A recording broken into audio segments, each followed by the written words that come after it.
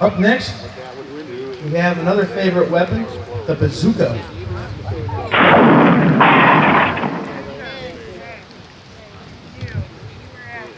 Hello, everybody. I can almost see your hand with this. Come up here and hold it for me. You can do that. Very good. Thank you. What's your name? Thomas. Good to meet you. Does anybody on the top of your head know how it got its name, the Bazooka? Close, but no cigar. Actually, during the 1930s and 40s, there was a popular radio comedian called Bob Burns, the Arkansas Traveler. And as part of his act, he had a musical instrument, homemade, that he would play as part of his show. And for the bonus round, what do you think he named his musical instrument? Anybody? The Bazooka, you're going. All right.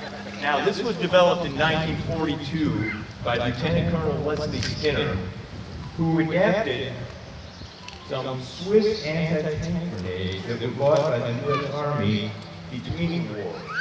This is the actual weapon. This is an HEAT M6A1 rocket. HEAT stands for High Explosive Anti-Tank. It's simple enough. It's got a high explosive head. A powder charge in here propels it on its way. Tail fins at the rear guide it in flight. And an electric wire shoots a spark into the powder charge when you pull the trigger. Now, what makes this different than an artillery shell is the way it's launched and what it does once it hits. Skinner chose a rocket motor because if you fire this charge out of a traditional artillery piece, it's not quite as effective. And what makes this effective is this is called a hollow charge. Does anybody know anything about a hollow charge or a shaped charge?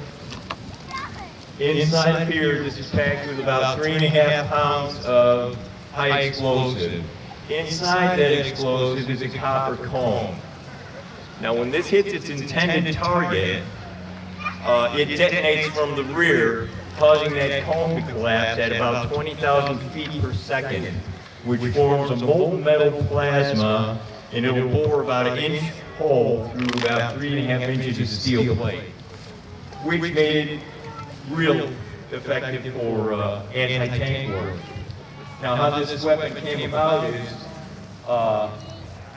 Lieutenant Skinner saw a need to use up these grenades, so he took a 60mm mortar, which is the one we just saw here, fixed a rocket motor to the back of the grenade, hooked up a rudimentary triggering device, and he walked onto Aberdeen Proving Grounds where the U.S. Army was testing anti-tank weapons, totally unannounced, with his partner, Edward Ewell.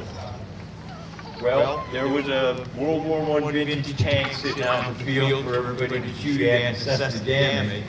Skinner takes a shot at it, knocks a hole in it.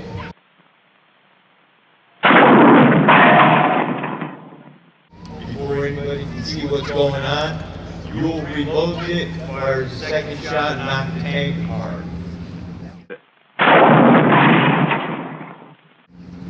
Well, being that they were uninvited to this thing, the Army brass comes running down the firing line and says, "Who are you guys? What is that thing? And we need 5,000 of them. You got 30 days." So Skinner blew past all the red tape, all the payoffs, and got the contract on the spot. Army brass was really angry about it and let him know. And he said, "Hey, listen, I got an order with it."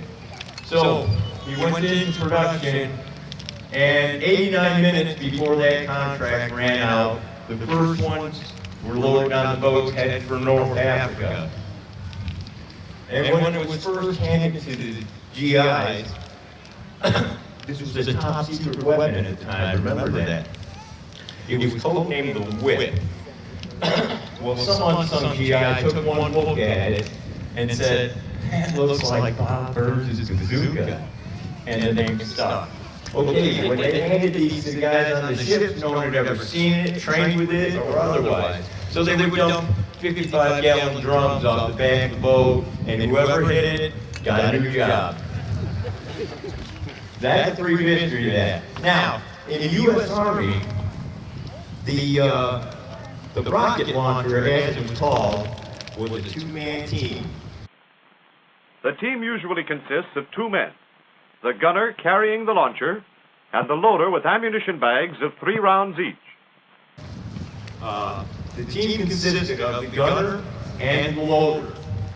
The loader would carry an M6 ammunition bag carrying 3 of these rockets. The M1 rocket launcher is just a piece of pipe with a shoulder stock, hand grips, sights, and an electric gadget that fires the rocket.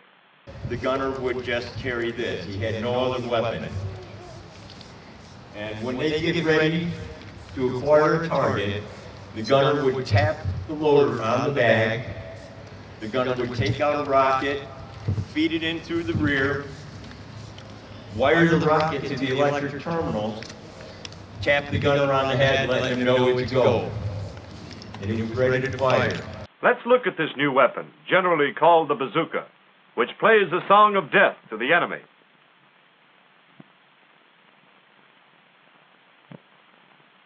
Now, when you think of a rocket motor, you think of a whoosh sound and it's sailing down range. This was different. It sounded more like a shotgun. The reason this barrel is 54 inches long is because that's how long it takes the rocket motor to burn out. Okay, I killed that tank before, I'm gonna do it again. Okay, is no one behind me?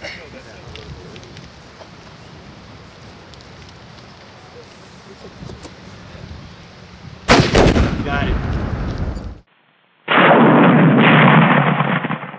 That rocket would sail down range about 300 yards, and if it hit its target up to a 60-degree angle, it would penetrate. Now, not only does it not hold the tank, it sprays the inside of the tank with molten hot shrapnel. If you happen to hit the fuel supplies or the munition supplies, you just took yourself a tank.